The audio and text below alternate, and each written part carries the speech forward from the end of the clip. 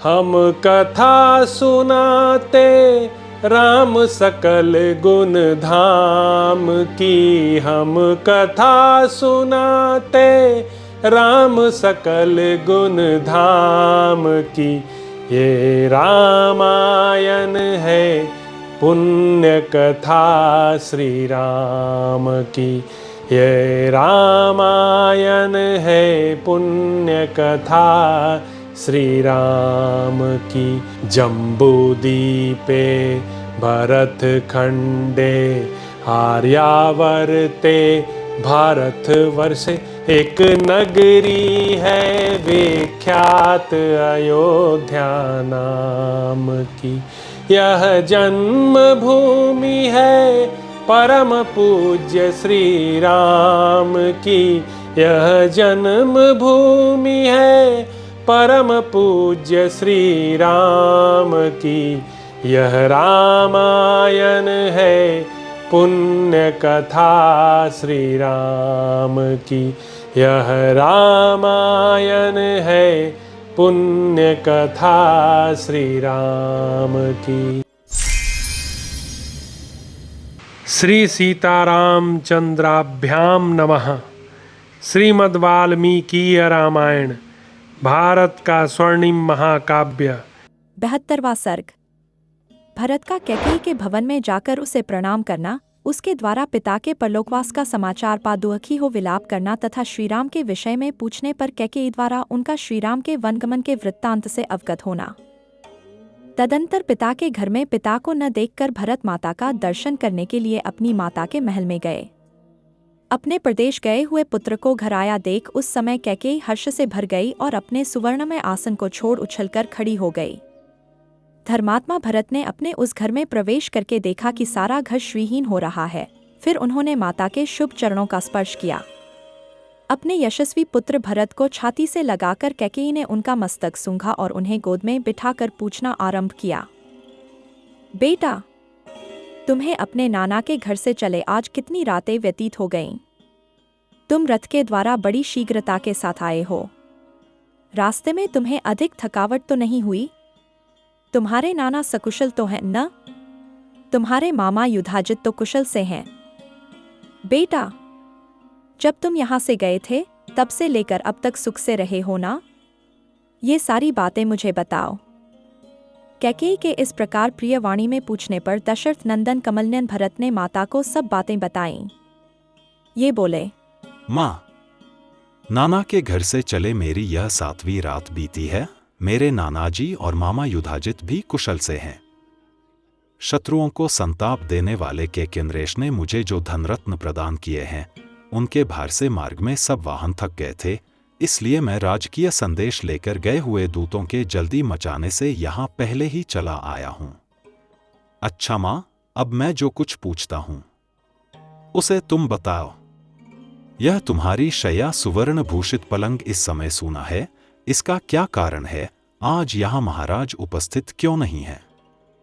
ये महाराज के परिजन आज प्रसन्न क्यों नहीं जान पड़ते हैं?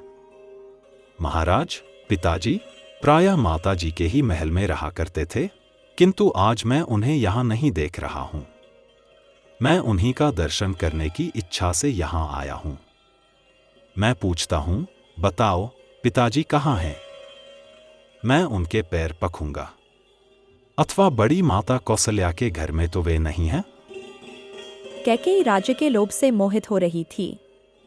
वह राजा का वृत्तांत न जानने वाले भरत से उस घोर अप्रिय समाचार को प्रिय सा समझती हुई इस प्रकार बताने लगी, बेटा, तुम्हारे पिता महाराज दशरथ बड़े महात्मा, तेजस्वी, यज्ञशील और सत्पुरुषों का आश्रयदाता थे।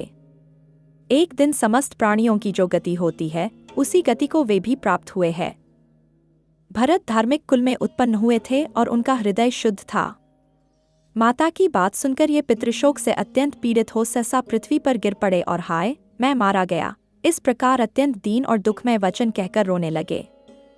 पराक्रमी महाबाहु भरत अपनी भुजाओं को बारंबार पृथ्वी पर पटक कर गिरने और लौटने लगे।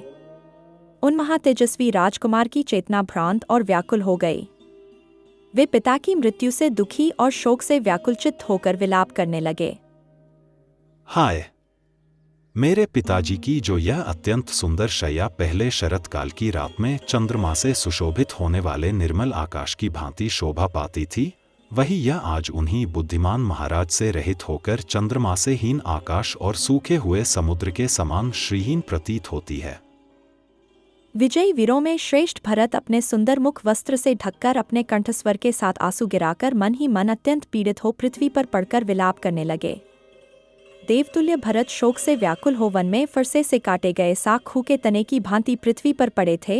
मतवाले हाथी के समान पुष्ट तथा चंद्रमा या सूर्य के समान तेजस्वी अपने शोकाकुल पुत्र को इस तरह भूमि पर पड़ा देख माता कैकेयी ने उन्हें उठाया और इस प्रकार कहा, राजन, उठो उठो।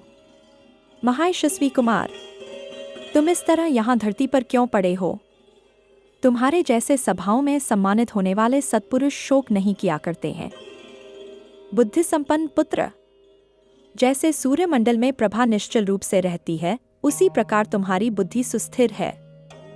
यह दान और यज्ञ में लगने की अधिकारिणी है, क्योंकि सदाचार और वेदवाक्यों का अनुसरण करने वाली है। भरत पृथ्वी पर लौटते पोटते बहुत देर तक रोते रहे।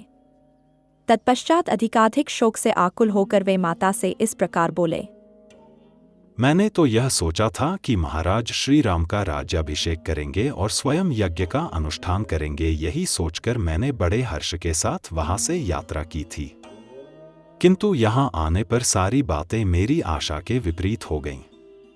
मेरा हृदय फटा जा रहा है, क्योंकि सदा अपने प्रिय और हित में लगे रहने वाले पिताजी को मैं नहीं देख रहा हूं। मां, महाराज को ऐसा कौन सा रोग हो गया था जिससे वे मेरे आने के पहले ही चल बसे? श्री राम आदि सब भाई धन्य हैं, जिन्होंने स्वयं उपस्थित रहकर पिताजी का अंत्येष्टि संस्कार किया। निश्चय ही मेरे पूज्य पिता यशस्वी महाराज को मेरे यहाँ आने का कुछ पता नहीं है, अन्यथा ये शीघ्र ही मेरे मस्तक को झुकाकर उसे प्यार से सूंघते। हाँ, अनायास ही महान कर्म करने वाले मेरे पिता का वह कोमल हाथ कहाँ है, जिसका स्पर्श मेरे लिए बहुत ही सुखदायक था? वे उसी हाथ से मेरे धूलिधूसर शरीर को बारंबार पोंछा करते थे। अब जो मेरे भाई, पिता और बंधु हैं तथा जिनका मैं परम प्रिय दास है, अनायास ही महान पराक्रम करने वाले उन श्री रामचंद्र जी को तुम शीघ्र ही मेरे आने की सूचना दो। धर्म के ज्ञाता श्रेष्ठ पुरुष के लिए बड़ा भाई पिता के समान होता है। मैं उनके चरणों में प्रणाम करूंगा। अब वे ही मेरे आश्रय हैं। आए। धर्म का आचरण जिनका स्वभाव बन गया था तथा जो बड़ी दृढ़ता के साथ उत्तम व्रत का पालन करते थे, वे मेरे सत्य पराक्रमी और धर्मज्ञ पिता महाराज दशरथ अंतिम समय में क्या कह गए थे? मेरे लिए जो उनका अंतिम संदेश हो उसे मैं सुनना चाहता हूं। भरत के इस प्रकार पूछने पर कैकेयी ने सब बात ठीक ठीक बता दी। वह कहने लगी, बेटा, बुद्धिमानों में श्रेष्ठ तुम्हारे महात्मा पिता महाराज ने हा राम, हा सीते, हा लक्ष्मण इस प्रकार बिलाप करते हुए परलोक की यात्रा की थी।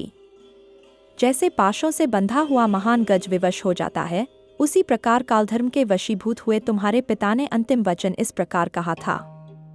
जो लोग सीता के साथ पुनः लौटकर आए हुए महाबाहु श्री राम और लक्ष्मण को देखेंगे, ये ही कृतार्थ होंगे। माता के द्वारा यह दूसरी अप्रिय बात कही जाने पर भरत और भी दुखी ही हुए। उनके मुख पर विषाद छा गया और उन्होंने पुनः माता से पूछा, माँ, माता कौसल्या का आनंद बढ़ाने वाले धर्मात्मा श्री रामचंद्र जी इस अवसर पर भाई लक्ष्मण और सीता के साथ कहाँ चले गए हैं? इस प्रकार पूछने पर उनकी माता कैकेयी ने एक साथ ही प्रिय बुद्धि से वह अप्रिय संवाद यथोचित रीति से सुनाना आरंभ किया। बेटा, राजकुमार श्रीराम वल्केल वस्त्र धारण करके सीता के साथ दंडकवन में चले गए हैं। लक्ष्मण ने भी उन्हीं का अनुसरण किया है। यह सुनकर भरत डर गए। उन्हें अपने भाई के चरित्र पर शंका हो आई। वे सोचने लगे, श्रीराम कहीं धर्म से गिर तो नहीं गए। अपने वंश की महत्ता, धर्मपरायणता का स्मरण करके थे कैकेयी से इस प्रकार पूछने लगे, माँ, श्री राम ने किसी कारणवश ब्राह्मण का धन तो नहीं हर लिया था?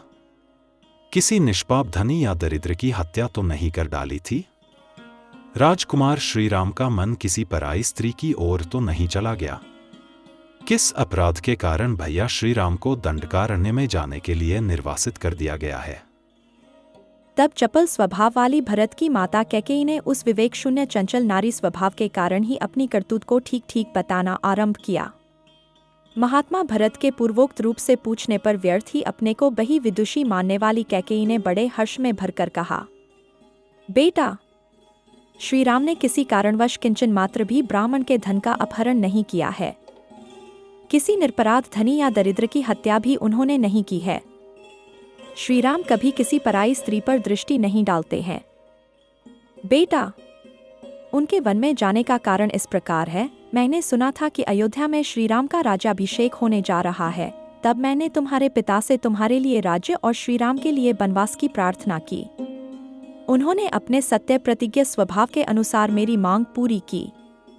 श्री राम लक्ष्मण और सीता के साथ वन को भेज दिए गए। फिर अपने प्रिय पुत्र श्री राम को न देखकर ये महायशस्वी महाराज पुत्र शोक से पीड़ित हो परलोकवासी हो गए। धर्मज्ञ, अब तुम राजपद स्वीकार करो। तुम्हारे लिए ही मैंने इस प्रकार से यह सब कुछ किया है।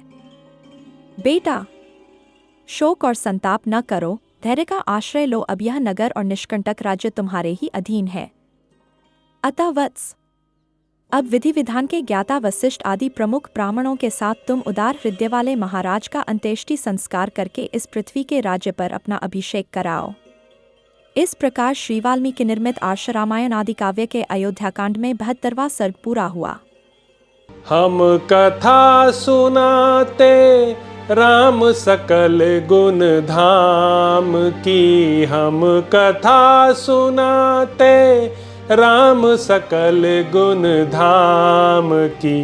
ये रामायण है पुण्य कथा श्री राम की, ये रामायण है पुण्य कथा श्री राम की। जम्बूदीपे भरत खंडे आर्यावर्ते भारत वर्षे, एक नगरी है विख्यात अयोध्या नाम की। यह जन्म भूमि है परम पूज्य श्री राम की, यह जन्म भूमि है परम पूज्य श्री राम की। यह रामायण है पुण्य कथा श्री राम की, यह रामायण है पुण्य कथा श्री राम की।